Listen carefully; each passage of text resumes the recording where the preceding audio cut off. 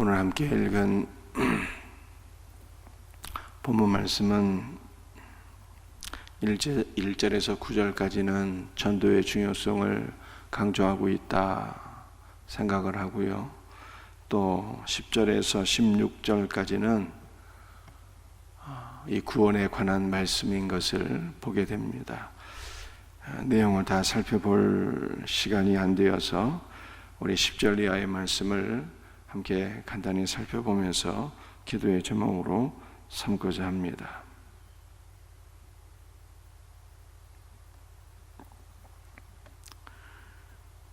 절 하반절에 이렇게 말씀하고 있어요. 우리의 허물과 죄가 이미 우리에게 있어 우리로 그 가운데서 쇠퇴하게 하니 어찌 능히 살리오 하거니와.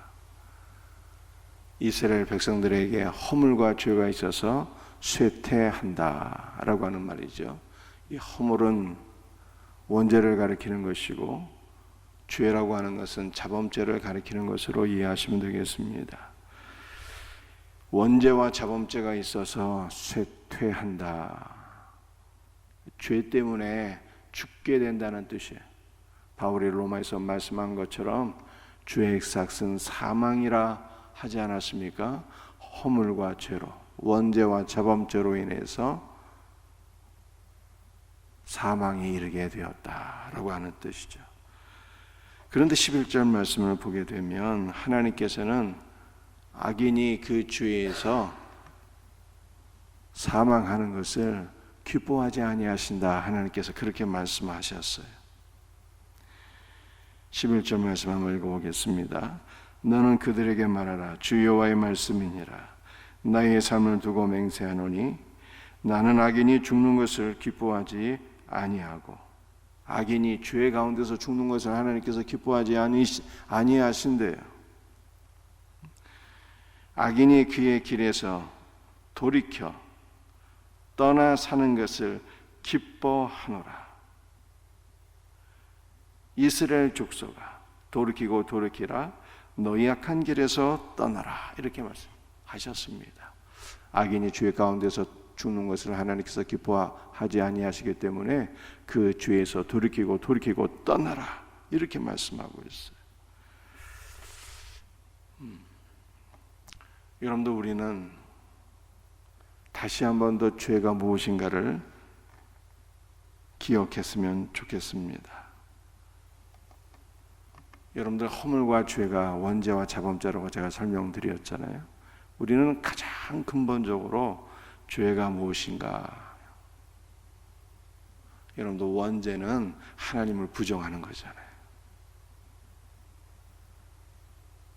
하나님이 필요 없습니다. 내가 하나님이 되겠습니다 라고 하는 것이 원죄예요. 이 원죄 때문에 자범죄도 생기는 거고요. 여러분들 이 원죄를 다른 말로 표현하게 되면 그리스도를 불신하고 부정하는 거예요.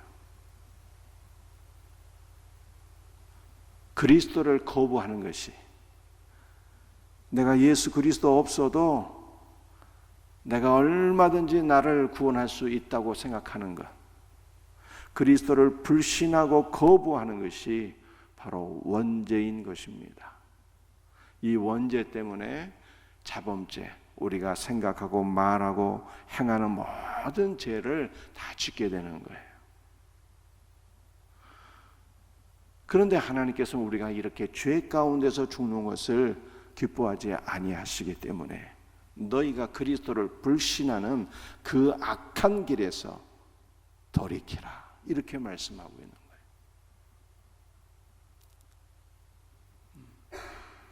여러분들 악한 길이라고 하는 것은 죄를 지어서 사망에 이르는 길을 의미하고 있습니다. 11절 하반절에 악한 길은 죄로 인해서 영적으로 사망하게 되는 길이 악한 길이에요.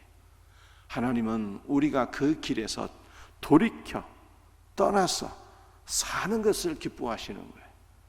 여러분도 돌이킨다는 것이 무엇일까요? 우리가 성경에서 가장 강조하는 단어 가운데 하나가 회개인데요. 이 회개가 돌이키는 것을 의미하는 것입니다. 그리스도를 불신하는 불신앙에서 그리스도를 신뢰하고 믿고 영접하고 그를 의지하는 삶으로 방향을 전환하는 것이 바로 회개라고 하는 단어이죠. 그래서 우리 11절에 너희는 돌이키고 돌이키라, 너희는 회개하고 또 회개하라는 거예요. 여러분도 회개는 우리가 그리스도를 불신하는 것에서 그리스도를 신뢰하는 삶으로 나아가는 것을 의미하는 것입니다. 여러분도 우리 예수님은 악한 길이 아니세요. 우리 예수님은 생명 그 자체이시요 생명의 길이 되시는 거예요. 예수 그리스도를 신뢰하고 의지하고 믿게 될 때 우리는 예수 그리스도 안에서 영원한 생명, 하늘의 생명, 부활의 생명을 얻게 될 것을 믿으시기를 바랍니다. 그러므로 아버지 하나님의 뜻은 우리가 예수 그리스도 안에서 그를 믿고 신뢰함으로 주님께서 주시는 풍성한 생명을 누리는 것이 아버지의 기쁨이요 소원이다 라고 11절에 이렇게 말씀하고 있는 것입니다. 12절 말씀을 읽어보겠습니다. 인자야 너는 내 민족에게 이르기를 의인이 범죄하는 날에는 그 공의가 구원하지 못할 것이요 악인이 돌이켜 그 악에서 떠나는 날에는 그 악이 그를 엎드러뜨리지 못할 것인지 의인이 범죄하는 날에는 그 이로 말미암아 살지 못하리라. 여러 가지 문장으로 12절이 구성되어 있는데요. 첫 번째 우리가 살펴볼 것은 12절 하반절에 의인이 범죄하는 날에는 그 이로 말미암아 살지 못하리라 라고 말씀하고 있잖아요. 의인이 범죄하면 구원을 받지 못한다는 뜻일까요? 여러분들 우리가 구원은 얻을 수도 있고 잊어버릴 수도 있는 것일까요? 일단 그런 뜻이 아닙니다. 여러분들 우리는 다 예수를 믿고 구원을 받았지만 늘 우리가 생각으로 말로 또 행동으로 죄를 짓지 않습니까?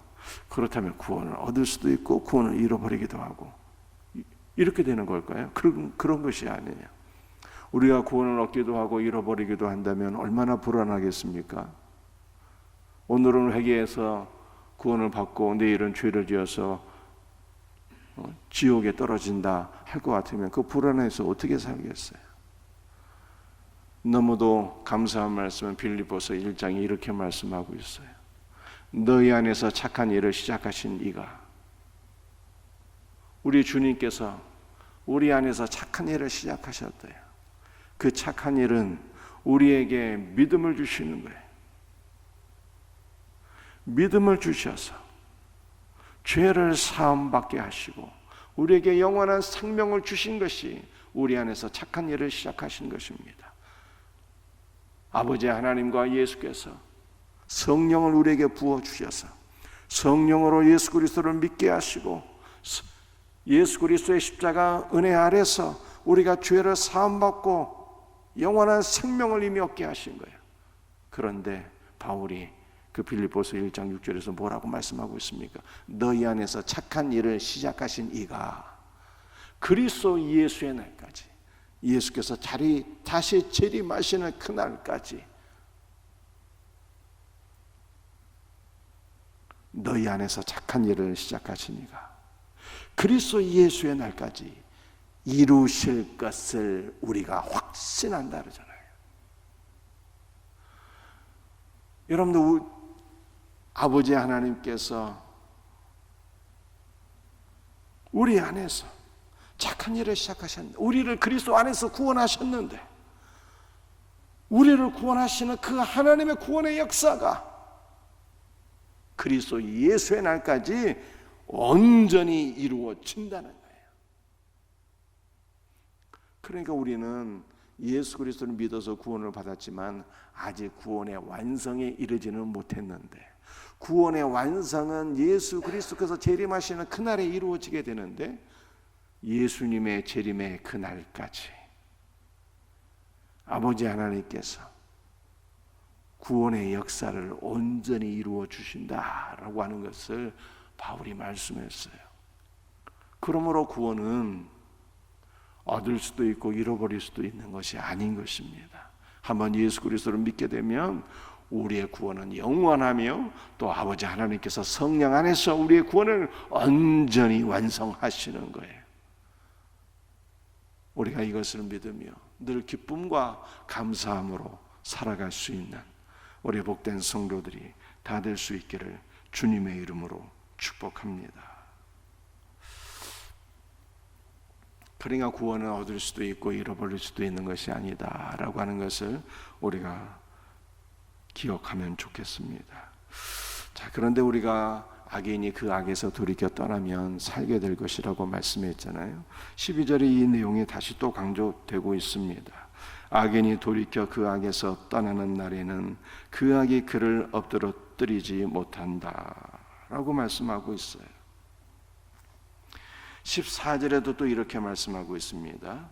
가령 내가 악인에게 말하기를 너는 죽으리라 하였다 하자 그가 돌이켜 자기의 주에서 떠나 정의와 공의를 행하여. 악인이 정의와 공의를 행하면 구원을 받는다는 거예요. 여러분들, 우리가 여기서 이제 또 한 가지 구원에 관해서 이제 질문해야 될 것이 있어요. 구원은 어떻게 받는 것일까? 제가 지금까지 말씀드리기를 우리가 그리스도를 불신하는 그 주에서 떠나 예수께로 돌이키면, 그리스도를 신뢰하고 의지하고 믿으면 우리가 풍성한 생명을 얻는다고 분명히 말씀을 드렸는데, 오늘 14절은 좀 다른 말을 하고 있잖아요. 악인이 자기의 주에서 떠나서 정의와 공의를 행하면 구원을 받는다는 뜻이에요. 그렇다면 악인이 구원을 받는 것은 믿음으로 구원받는 것이 아니라 행함으로 구원을 받는다는 뜻일까?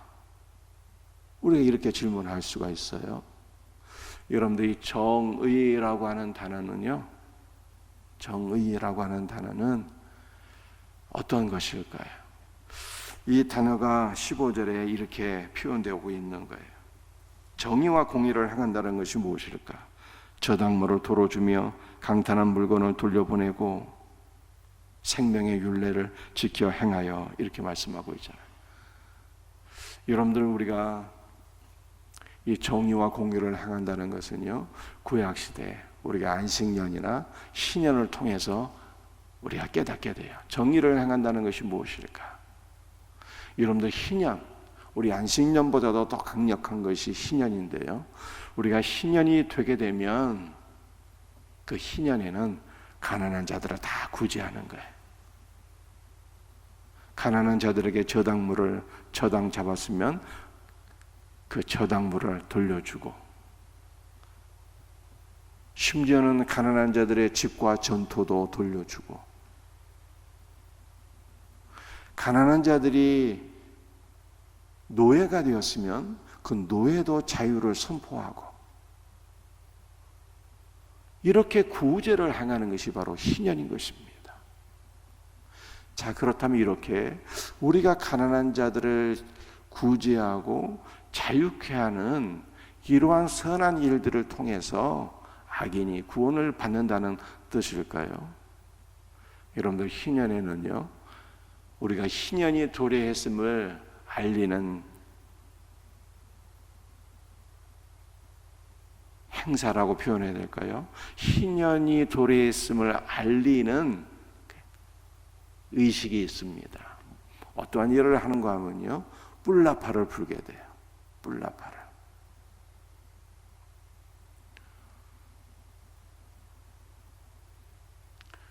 유대 종교력으로 7월 10일이 신년인데요, 신년이 도래하게 되면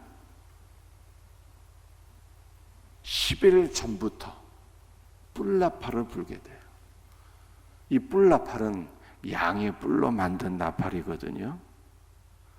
여러분들, 이 뿔나팔이 의미하는 것은 바로 예수 그리스도의 죽음을 가리키는 거예요. 아브라함이 독자 이삭을 하나님께 제물로 바치려고 했는데 여호와의 사자께서 나타나셔서 내 손을 이 아이에게 대지 말라, 이 아이에게 아무 일도 행하지 말라고 말씀하셨어요. 그때 아브라함이 눈을 들어서 주변을 둘러보니까 순양 한 마리가 뿔이 수풀에 걸려 있어서 그 순양을 하나님께 제물로 드리지 않았습니까? 그 순양은 예수 그리스도를 상징하는 것이죠. 예수님 때문에 이삭이 살아나게 되었고요, 예수님 때문에, 예수님의 십자가의 죽음 때문에 바로 저와 여러분들이 살게 된 것입니다. 구원을 받게 되었어요. 그래서 이 순양의 뿔이라고 하는 것은 예수 그리스도의 죽음을 가리키는 거예요. 순양의 뿔로 만든 나팔을 신년에 불었다는 것입니다. 이것은 너희가 예수 그리스도의 죽으심으로 너희가 구원을 받은 것을 기억하며, 예수 그리스도의 죽으심과 부활로 너희가 구원을 받은 이 놀라운 은혜와 사랑을 기억하며 예수 그리스도의 사랑을 실천하라는 것입니다. 하나님께서 우리를 얼마나 사랑하셨는지 이것을 기억하고, 우리 하나님께서 우리를 얼마나 사랑하셨습니까? 하나님께서 세상을 이처럼 사랑하사 독생자를 주셨으니, 독생자를 주시기까지 우리를 사랑하신 아버지 하나님의 사랑을 기억하며, 죄인 된 자들을 위하여 생명을 주신 예수 그리스도의 그 사랑과 은혜를 기억하며 사랑을 실천하는 날이 희년이에요. 그러므로 구약 시대에 이 공의와 정의를 행한다는 것은 단순히 가난한 자를 구제하는 것을 의미하는 것이 아니라 나를 구원하신 하나님의 사랑과 은혜를 실천하는 것을 의미하는 거예요. 그러니까 구원을 받은 성도의 삶은 믿음에 기초한 선행이지요, 믿음에 기초한 사랑이지요, 믿음에 기초한 구제를 행하는 것이지, 믿음은 빼고 구제로 구원을 받는 게 아닌 거예요. 그러니까 악인이 그리스도께서 나를 구원하신 이 놀라운 사랑과 은혜를 기억하면서 그리스도의 사랑을 실천하게 될 때 그 사람은 하나님께서 인정하시는 의인이 되는 거예요. 사랑하는 성도들이요, 오늘날 한국교회의 문제가 어디에 있겠습니까? 어떤 분들은 믿음만 외치네요. 또 어떤 분들은 공의만 외칩니다. 그런데 참 구원받은 성도의 삶은 무엇일까요? 하나님께서 나를 구원하신 이 놀라운 사랑과 은혜를 기억하면서 그리스도의 사랑을 실천하는 것이 참 성도요, 참 의인이요, 하나님께서 인정하시는 하나님의 백성인 것입니다. 그러므로 오늘 하루도 우리가 예수 그리스도께서 나를 구원하신 이 놀라운 은혜를 기억하면서 그리스도의 사랑과 은혜를 실천할 수 있는 우리 복된 성도들이 다 될 수 있기를 주님의 이름으로 축복합니다. 말씀을 마치겠어요. 우리 하나님의 소원은 죄 가운데서 죽는 것이 아닙니다. 예수 그리스도를 믿고 우리가 구원받는 것이 하나님의 소원이요 기쁨이에요. 그래서 요한복음 6장에서 내 아버지의 뜻은 아들을 보고 영생을 얻는 것이다, 아들을 보고 믿는 자마다 영생을 얻는 것이라고 주님이 말씀하셨습니다. 여러분들 구원은 얻었다 잃어버리기도 하고 그런 것이 아니에요. 우리 안에서 착한 일을 시작하신 하나님께서 그리스도 예수의 날까지 다 완성해 주시는 거예요. 얼마나 감사합니까? 여러분들 참 구원받은 성도의 삶은 무엇일까요? 그것은 예수 그리스도의 사랑과 은혜에 기초한 그 사랑을 실천하는 거예요. 사랑을, 그리스도께서 나를 구원하신 그 놀라운 사랑과 은혜를 기억하며 그리스도의 사랑을 흘려보내는 거예요. 흘려보내는 거예요. 오늘 하루도 우리가 그리스도의 사랑을 흘려보낼 수 있는 우리의 복된 성도들이 될 수 있기를 주님의 이름으로 축복합니다. 기도하시겠어요? 아버지 하나님 감사합니다. 오늘도 우리 아버지의 뜻이 아들을 보고 믿는 자마다 구원을 받는 것임을 성경이 말씀하고 있사오니 우리가 믿지 않는 가족과 이웃들을 바라보며 그들이 예수를 믿고 구원받기를 간절히 소원합니다. 기도하며 복음을 증거하는 우리 성도들 되게 하옵소서. 아버지 하나님, 우리 안에서 착한 일을 시작하셨습니다. 그리스도 예수의 날까지 주께서 이루실 것을 믿습니다. 그러므로 구원의 확신을 갖고 기쁨으로 사는 성도들 되게 하옵소서. 아버지 하나님, 주님께서 원하시는 성도의 삶은 예수 그리스도의 사랑과 은혜를 흘려보내는 것인 줄로 믿습니다. 그리스도의 사랑에 기초한 사랑을 베푸는 자가 되게 하여 주시옵소서. 오늘 하루도 참 성도의 삶을 살아가게 하옵소서. 긍휼히 여겨 주옵소서. 오늘 새벽에도 함께하여 주옵소서. 주의 성령을 부어 주옵소서. 예수 그리스도의 이름 받들어 간절히 기도합니다. 아멘.